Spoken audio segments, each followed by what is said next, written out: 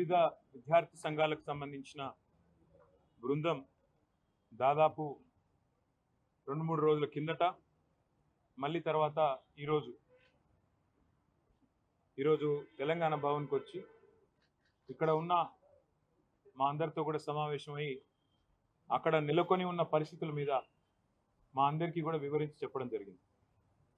అసలు Hyderabad central university ఏర్పడిందే ఆనాడు మొదటి దశ తెలంగాణ ఉద్యమం జరిగిన తర్వాత 1968 నుంచి 71 వరకు జరిగిన ఉద్యమం తర్వాత మరి హైదరాబాద్లో కూడా ఒక కేంద్రీయ విద్యాలయం ఉండాలి అని చెప్పి, విశ్వవిద్యాలయం ఉండాలని చెప్పి ఆ రోజు జరిగిన 370 ఆత్మ బలిదానాల సాక్షిగా ఒక రకంగా చెప్పాలి అంటే ఇక్కడ మనకు ఈ కేంద్రీయ విశ్వవిద్యాలయం వచ్చిన తర్వాత ఇవాళ భారతదేశంలోనే మంచి పేరు సంపాదించుకుని మంచి క్రెడిబిలిటీ సంపాదించుకున్న విశ్వవిద్యాలయాల్లో మన హైదరాబాద్ సెంట్రల్ యూనివర్సిటీ కూడా అగ్రభాగాన ఉంది. అక్కడి నుంచి విద్యార్థులుగా ఉన్న వాళ్ళు ఎంతోమంది ఈరోజు ప్రపంచవ్యాప్తంగా చాలా ముఖ్యమైన పొజిషన్స్లో ఉన్నారు, చాలా కీలకమైన పొజిషన్స్లో కూడా ఉన్నారు. హైదరాబాద్ సెంట్రల్ యూనివర్సిటీ కేవలం మన ఉమ్మడి ఆంధ్రప్రదేశ్కి, ఈరోజు తెలంగాణకి కాదు, భారతదేశానికే తలమానికంగా గొప్పగా ఉన్న విశ్వవిద్యాలయాల్లో ఒకటి అని చెప్పక తప్పదు. ఇవాళ హైదరాబాద్ సెంట్రల్ యూనివర్సిటీలో నెలకొని ఉన్న పరిస్థితులు చూస్తుంటే డెఫినెట్గా ప్రజాస్వామిక స్ఫూర్తి ఉన్న ఎవరికైనా, సామాజిక స్పృహ ఉన్న ఎవరికైనా మరి డెఫినెట్గా బాధ కలగక తప్పని పరిస్థితి కనబడతా ఉన్నది. పిల్లలు పాపం వారి బాధ్యత కాకపోయినా వారికి నిజంగా చెప్పాలి అంటే సంబంధం లేని అంశమైనా కూడా వారు చేస్తున్న పోరాటం, వారు ఏదో ఆశించి స్వప్రయోజనం కోసమో తమ లాభం కోసమో కాకుండా హైదరాబాద్ నగర భవిష్యత్తు కోసం, తమ విశ్వవిద్యాలయ భవిష్యత్తు కోసం వారు పడుతున్న ఆరాటం ఏదైతే ఉందో నిజంగా కూడా చాలా గొప్పది. ఈ మధ్యకాలంలో కొత్త తరం పిల్లల్లో పోరాట స్ఫూర్తి తగ్గిందేమో అని అప్పుడప్పుడు మేము కొద్దిగా ఉద్యమం నుంచి వచ్చిన వాళ్ళం అప్పుడప్పుడు బాధపడుతూ ఉంటాం. కానీ అదేమీ కాదు. సరైన సందర్భం వచ్చినప్పుడు, సరైన ఇష్యూ ఉన్నప్పుడు తప్పకుండా మేము గొంతు విప్పుతాము అని చెప్పి వాళ్ళ హైదరాబాద్ సెంట్రల్ యూనివర్సిటీ పిల్లలు చూపెడుతున్న తెగువ, వారి పోరాటానికి ముందుగా నేను సెల్యూట్ చేస్తూ వారికి హ్యాట్స్ ఆఫ్ చెప్తూ, నేను కాంగ్రెస్ పార్టీని, ముఖ్యంగా ఇక్కడున్న కాంగ్రెస్ ప్రభుత్వాన్ని సూటిగా ఒక 3-4 ప్రశ్నలు ఆ పిల్లల తరపున, మా పార్టీ తరపున కూడా అడుగుతా ఉన్నాను. ఒకటి, ఇవాళ మీరు చేస్తున్న దాష్టీకం, మీరు చేస్తున్న అరాచకం గత 3 రోజులుగా వందల సంఖ్యలో బుల్డోజర్లను పంపి, వందల సంఖ్యలో అక్కడ హిటాచీ మెషిన్లను పంపి, వందల మంది పోలీసు వాళ్ళని పెట్టి ఎందుకు ఇంత ఆగం, ఇంత గందరగోళంగా అక్కడ ఉండే చెట్లను కొట్టేసి, అక్కడ ఉండే జంతువుల్ని తరిమేసి, అక్కడ ఏమీ లేదో అదంతా బంజరు భూమి అని చెప్పడానికి ప్రభుత్వం ఎందుకింత ఆరాటపడుతున్నది చెప్పాలని నేను కోరుతా ఉన్నాను. ముఖ్యంగా ఈ ప్రాంతం అంటే మొత్తం హైదరాబాద్ సెంట్రల్ యూనివర్సిటీ తీసుకుంటే దాదాపు 2600 ఎకరాలు దాటి విస్తరించి ఉన్న ఒక విశ్వవిద్యాలయం. మనం నిజంగా చెప్పాలంటే ఈ పశ్చిమ హైదరాబాద్ గత 10-15 ఏళ్లలో విస్తృతంగా పెరిగిపోయింది. అది మన గచ్చిబౌలి కావచ్చు, నానక్రామ్గూడ కావచ్చు, ఖాజాగూడ కావచ్చు, ఆ ప్రాంతం మొత్తం శేర్లింగంపల్లి దాకా, ఎక్కడికక్కడ ఇవాళ కోకాపేట దాకా విస్తృతంగా ఒక కాంక్రీట్ జంగల్గా మారిపోయిన పరిస్థితి. అక్కడ నిజంగా చెప్పాలంటే ఇప్పుడు జరుగుతున్న కన్స్ట్రక్షన్ బహుశా భారతదేశంలో ఏ నగరంలో ఇంత స్మాల్ ఏరియాలో అంత పెద్ద ఎత్తున కన్స్ట్రక్షన్ ఎక్కడ కూడా జరగడం లేదు. ఇది వాస్తవం. అక్కడ మా గవర్నమెంట్ ఉన్నప్పుడు కూడా మరి 57-56 అంతస్తుల బిల్డింగ్లకి మేము కూడా పర్మిషన్లు ఇచ్చిన మాట కూడా వాస్తవం. ఇవాళ అక్కడ జరుగుతున్న నిర్మాణం కొన్ని లక్షల కోట్ల స్క్వేర్ ఫీట్ల నిర్మాణం అక్కడ జరుగుతూ ఉంది. ఒక కాంక్రీట్ జంగల్గా ఆ ప్రాంతం మొత్తం భవిష్యత్తులో మారబోతా ఉంది. మిగిలి ఉన్న కొన్ని పాకెట్స్ ఎక్కడెక్కడైతే ఇంకా కూడా ఈ కాంక్రీట్ జంగల్గా మారకుండా పశ్చిమ హైదరాబాద్కి ఊపిరినిచ్చే ప్రాంతాలు ఏమన్నా ఉన్నాయి అంటే ఈ హైదరాబాద్ సెంట్రల్ యూనివర్సిటీ, దాని చుట్టూన్న పరిసర ప్రాంతాలే నిజంగా చెప్పాలి అంటే ఒక లంగ్ స్పేస్ లాగా ఆ ప్రాంతానికి మిగిలింది ఏదైనా ఉందంటే ఇది మాత్రమే మిగిలింది. వాళ్ళ పిల్లలు ఎందుకు కొట్లాడుతున్నారు? ఒక ఎన్వైరన్మెంటల్ ఇంపాక్ట్ అసెస్మెంట్ అనేది చేయకుండా ఎట్లా మీరు 400 ఎకరాలు ఇష్టం వచ్చినట్టు మీరు అమ్ముతారు? మీరు ఏ హక్కు ఉంది మీకు? ఏ మాత్రం ఇంపాక్ట్ అసెస్మెంట్ చేయకుండా, ఎన్వైరన్మెంటల్ ఇంపాక్ట్ అసెస్ చేయకుండా, ఏ రకంగా పర్యావరణ మీద ఇంపాక్ట్ పడుతుంది అనేది చేయకుండా ఎట్లా చేస్తారు మీరు అని చెప్పి వాళ్ళు కొట్లాడుతున్నారు. రెండవది, ఆనాడు 2003 ఆ ప్రాంతంలో ఐఎంజీ భరత అనే కంపెనీకి ఆనాటి అప్పటి ప్రభుత్వం ఏదైతే భూమి కేటాయించిందో, ఎందుకు కేటాయించింది? ఆ ప్రాంతంలో స్పోర్టింగ్ ఇన్ఫ్రాస్ట్రక్చర్ క్రియేట్ చేస్తారని చెప్పి ఒరిజినల్గా ల్యాండ్ కేటాయించారు. అక్కడ క్రీడలకు సంబంధించి స్టేడియంస్ కానీ, అకాడమీలు కానీ అట్లాంటివి మాత్రమే పెడతారని ల్యాండ్ ఇచ్చినారు తప్ప అక్కడ మళ్ళీ బహుళ అంతస్తుల మేడలు అంటే 50, 60, 70, 90 అంతస్తుల మేడలు కట్టమని, కోట్ల స్క్వేర్ ఫీట్లలో బిల్డింగులు కట్టమని ఆనాడు ఆ గవర్నమెంట్ ల్యాండ్ ఇవ్వలేదు. ఆ గవర్నమెంట్ ల్యాండ్ ఇచ్చింది అక్కడ క్రీడలకు సంబంధించిన అక్కడ వాతావరణ నిర్మాణం కోసం, ఒక ఇన్ఫ్రాస్ట్రక్చర్ నిర్మాణం కోసం కేటాయించారు. ఆ తర్వాత సరే ఆ కేసు, ఎందుకంటే ఆ కంపెనీ ఫేక్ అని, డమ్మీ అనేది స్కామ్ అని, తర్వాత కాంగ్రెస్ గవర్నమెంట్ 2004లో కోర్టుకు పోయింది. ఆ ప్రైవేట్ వాళ్ళు కూడా కోర్టుకు పోయినారు. ఆ కోర్టు కేసు మొన్న 21 ఏళ్ల తర్వాత ఆనాడు కాంగ్రెస్ గవర్నమెంట్ కొట్లాడింది, రాజశేఖర రెడ్డి గారి గవర్నమెంట్, ఆ తర్వాత మా గవర్నమెంట్ కొట్లాడింది. మొన్న ఫైనల్గా తీర్పు వచ్చింది. ఆ తీర్పును అనుసరించి ఇప్పుడు ప్రభుత్వం ఆ 400 ఎకరాలను అమ్మి 30,000 కోట్ల రూపాయలు సేకరించాలని లక్ష్యంగా పెట్టుకుంది. నేను ముఖ్యమంత్రి రేవంత్ రెడ్డి గారిని అడుగుతా ఉన్నా, కాంగ్రెస్ ప్రభుత్వాన్ని అడుగుతా ఉన్నా, మీకు ఆస్తులు అమ్మడం, అప్పులు తేవడం అనే మీ ఎజెండా ఏదైతే ఉందో, సరే అది మీరు ప్రభుత్వంలో ఉన్నారు, ప్రజలు నిర్ణయిస్తారు, అల్టిమేట్గా మీరు చేసేది తప్ప ఒప్ప. ఒకవైపు మీరే చెప్తున్నారు, ఎక్కడికక్కడ ఇవాళ హైదరాబాద్లో చూస్తే పెద్ద పెద్ద హోర్డింగ్లు, పెద్ద పెద్ద పోస్టర్లు, ముఖ్యమంత్రి గారి ముఖార విందంతో ఫ్యూచర్ సిటీ కడుతున్నాము, అక్కడ 50,000 ఎకరాల్లో కడతాము, ఆల్రెడీ 15,000 ఎకరాలు మా దగ్గర ఉంది, ఇంకో 30,000 ఎకరాలు సేకరిస్తున్నామని చెప్పి ముఖ్యమంత్రి గారు ఫ్యూచర్ సిటీ అని ఉదరగొడుతున్నారు. ఎయిర్పోర్ట్కి కిందికి ఆనాడు ఫార్మా సిటీ కోసం మేము సేకరించిన భూముల్లో ఈరోజు పేరు మార్చి ఫ్యూచర్ సిటీ అంటున్నారు. ముఖ్యమంత్రి గారిని కాంగ్రెస్ ప్రభుత్వాన్ని అడుగుతున్నారు, మరి ఫ్యూచర్ సిటీలో ఆల్రెడీ మీ దగ్గర 14,000 ఎకరాలు ఉన్నప్పుడు, ఇంకొక 30,000 ఎకరాలు మీరు సేకరించబోతున్నప్పుడు, మొత్తం 45,000 ఎకరాలు మీరు అక్కడ అమ్ముకోబోతున్నప్పుడు, ఇక్కడ 400 ఎకరాల మీద ఎందుకు పడ్డారు మీరు?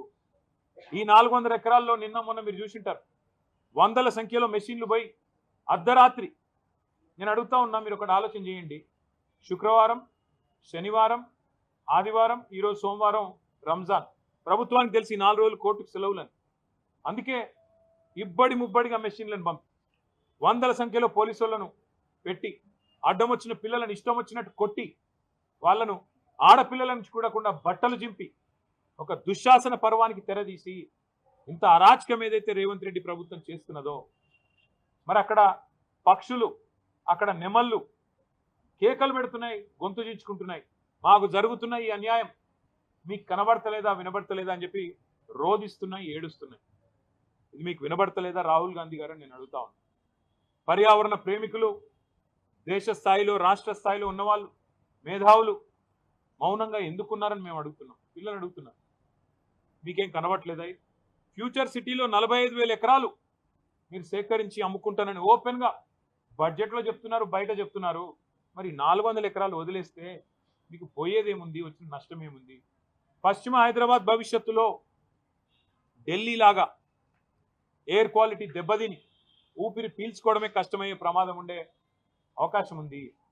మీరు ఈ 2,400, 2,500 ఎకరాలు ఇట్లే ఉండనిస్తే సెంట్రల్ యూనివర్సిటీ కింద అది బ్రహ్మాండంగా మరి మనకి ఇక్కడ లంచ్ స్పేస్ లాగా కూడా ఉపయోగపడుతుంది, ఒక విశ్వవిద్యాలయానికి కూడా ఉపయోగపడే అవకాశం ఉంది.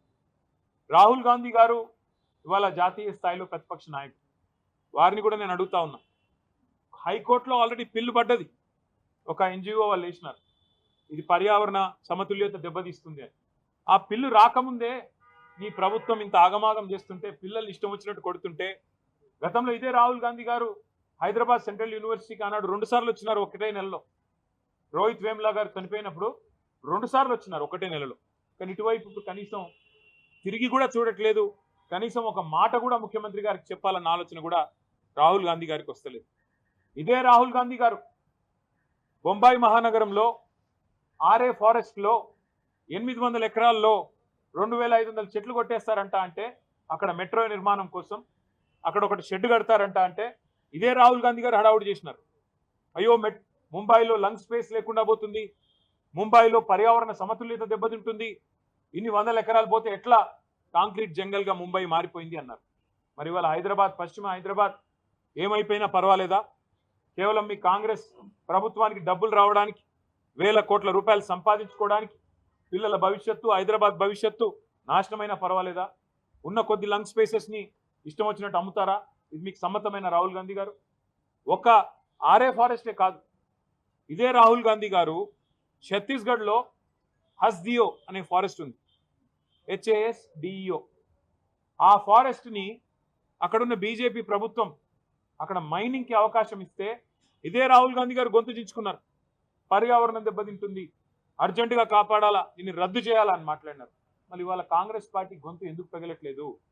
నేను ఈ పిల్లలందరికీ ఒక మాట ఇచ్చాను, ఖచ్చితంగా మా పార్లమెంట్ సభ్యులు 4వ తారీఖు దాకా ఏదైతే పార్లమెంట్ సమావేశాలు జరుగుతూ ఉన్నాయో, రాజ్యసభలో మా పార్లమెంట్ సభ్యులు ఈ అంశాన్ని ఖచ్చితంగా లేవనెత్తుతాం, ఖచ్చితంగా వారిని మరి అడుగుతాం, కేంద్ర ప్రభుత్వాన్ని కూడా అడుగుతాం మీ స్టాండ్ ఏంది అని. ధర్మేంద్ర ప్రధాన్ గారిని అడుగుతాం, మీరు ఎందుకు జోక్యం చేసుకోవట్లేదని, కేంద్రం ఎందుకు పట్టించుకోవట్లేదని అడుగుతాం. కానీ ఇవాళ వాస్తవం ఏంది అంటే, రేవంత్ రెడ్డి గారు ఎలక్షన్ ముందే చెప్పారు, రియల్ ఎస్టేట్ అంటే రేవంత్ రెడ్డి, రేవంత్ రెడ్డి అంటే రియల్ ఎస్టేట్ అని. ఫస్ట్లో మనమే అప్పుడు జాగ్రత్త పడి ఉండాలి. ఎలక్షన్లు అయిపోయిన కొత్తలో, ఎలక్షన్ కంటే ముందో ఆ రోజు వచ్చిండు, అక్కడ ఫుట్బాల్ ఆడిండు, హెచ్సియూకి వచ్చిండు, ఫుట్బాల్ ఆడిండు, అప్పుడే కన్ను పడ్డది భూముల మీద. ఇప్పుడు పిల్లల్ని ఫుట్బాల్ ఆడుతూ ఉన్నాడు, లెక్క చేయట్లేదు.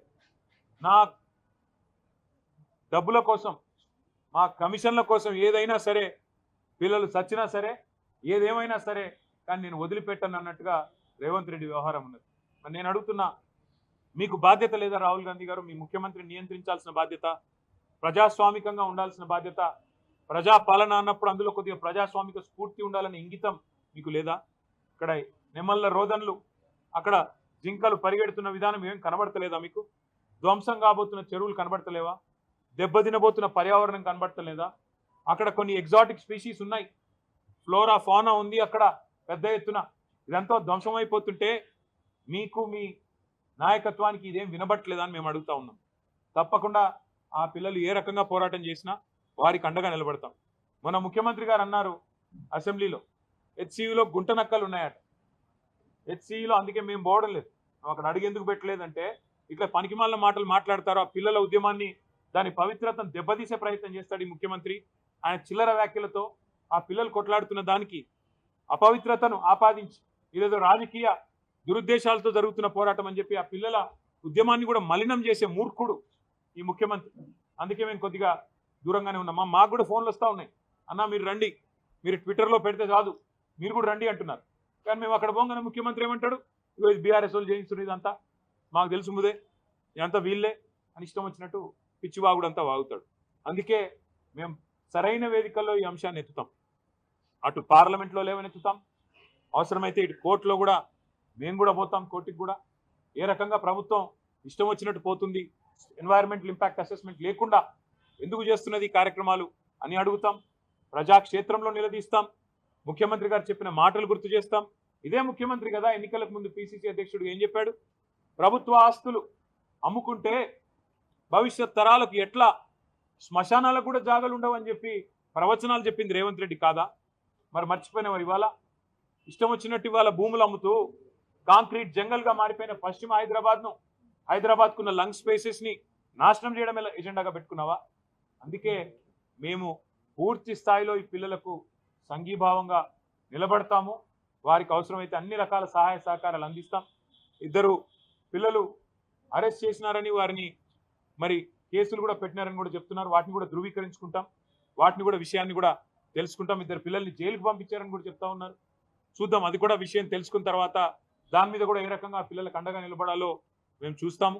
అక్కడ జంతువులు కూడా మరి కొన్ని ప్రాణాలు పోతున్నాయని చెప్తున్నారు. ఎంతవరకు వాస్తవం మీడియా కూడా దయచేసి మీరు నిజ నిర్ధారణ కమిటీగా ఏర్పడి మీరు కూడా పోవాలా, దయచేసి రిక్వెస్ట్ చేస్తున్నాం. మీరు పోండి. ఇవాళ అక్కడ పిల్లల మీద ఆంక్షలు పెట్టినారు, గేట్ల కాడనే పోలీస్ క్యాంపులు పెట్టి భయపెడుతున్నారు వాళ్ళని. మీరు మీ హాస్టల్కి పోవడానికి వీల్లేదు, ఈస్ట్ బ్లాక్ పోవడానికి వీల్లేదు, ఎటు పడితే అటు క్యాంపస్లో తిరగడానికి వీల్లేదు అన్నట్టు యూనివర్సిటీలో కూడా ఎక్కడైతే నిజంగా చెప్పాలంటే వైస్ ఛాన్సలర్ గారి పర్మిషన్ ఉండాలి. పోలీస్ పర్మిషన్ కాదు, ప్రభుత్వ పర్మిషన్ కాదు. అది కేంద్రీయ విద్యాలయం. కేంద్రీయ విద్యాలయం మీద రాష్ట్ర ప్రభుత్వం అథారిటీ ఉండదు. అక్కడ పోలీస్కు ఎంట్రీ ఉండదు, వీసీ గారు పర్మిషన్ ఇస్తే తప్ప. అట్లాంటిది ఇవాళ వీసీ గారు పర్మిషన్ లేకుండా ఎక్కడికక్కడ పోలీస్ క్యాంపుల మాదిరిగా ఒక వాతావరణం వేసి పిల్లల్ని భయకంపితులు చేసే ప్రయత్నం కూడా రేవంత్ రెడ్డి ప్రభుత్వం చేస్తున్నది, కాంగ్రెస్ ప్రభుత్వం చేస్తున్నది.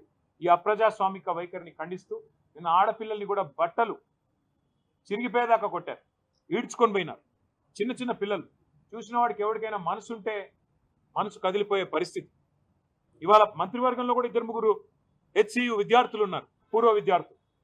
శ్రీధర్ బాబు గారు, బట్టి విక్రమార్క గారు, వారికైనా మనసు ఎందుకు వస్తలేదో నాకు అర్థం కావట్లేదు.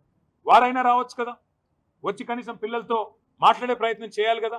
ఏమీ చేయకుండా ఏకపక్షంగా ఈ రకంగా నియంత్రిత పోకడలు మంచిది కాదు అని చెప్పి నేను వారికి కూడా చెబుతూ, మరి పిల్లలిద్దరూ రోహిత్ అదేవిధంగా ఎర్రం నవీన్ కుమార్ వీరిద్దరి వేర్ అబౌట్స్ ప్రభుత్వం వెంటనే చెప్పాలి.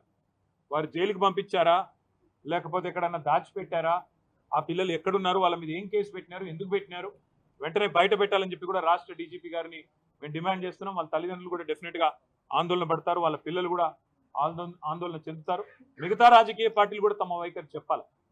బీజేపీ కానీ, కమ్యూనిస్టులు కానీ, ఇతర రాజకీయ పార్టీలు కానీ ఈ 400 ఎకరాలు ఇష్టారాజ్యంగా అమ్ముతాం అంటే ఇవాళ మేము స్పష్టంగా చెప్తున్నాం, ఇది తప్పు. ఏ ఉద్దేశంతోనైతే ఆనాడు ప్రభుత్వాలు తీసుకున్న నిర్ణయం ఉందో దాన్ని పూర్తిగా తిరగదోడుతూ పూర్తి స్థాయిలో దాన్ని ఉల్టా చేస్తూ ఇష్టం వచ్చినట్టు ఎన్వైరన్మెంటల్ ఇంపాక్ట్ అసెస్మెంట్ లేకుండా ఆ ప్రాంత పర్యావరణ సమతుల్యత దెబ్బతింటుందా లేదా, భవిష్యత్తులో వచ్చే దుష్పరిణామాలు ఇవన్నిటి మీద అసెస్మెంట్ లేకుండా గుడ్డెద్దు చేన్లో పడ్డట్టు కేవలం పైసలు మాత్రమే కావాలా అని చెప్పి ఇవాళ రేవంత్ రెడ్డి ప్రభుత్వం చేస్తున్నది తప్పు అని కుండబద్దలు కొట్టినట్టు మేము చెప్తున్నాం. మరి మీరు కూడా మీ వైఖరి చెప్పాలని చెప్పి బీజేపీని, ఇతర పార్టీలను కూడా మేము కోరుతా ఉన్నాం. ఆ పిల్లల పోరాటానికి మేము అండగా ఉంటామని కూడా చెబుతూ, మరి పిల్లలు ఎవరైనా మాట్లాడదలుచుకుంటే మాట్లాడాలని చెప్పి కూడా వారిని కూడా నేను కోరుతా ఉన్నాం.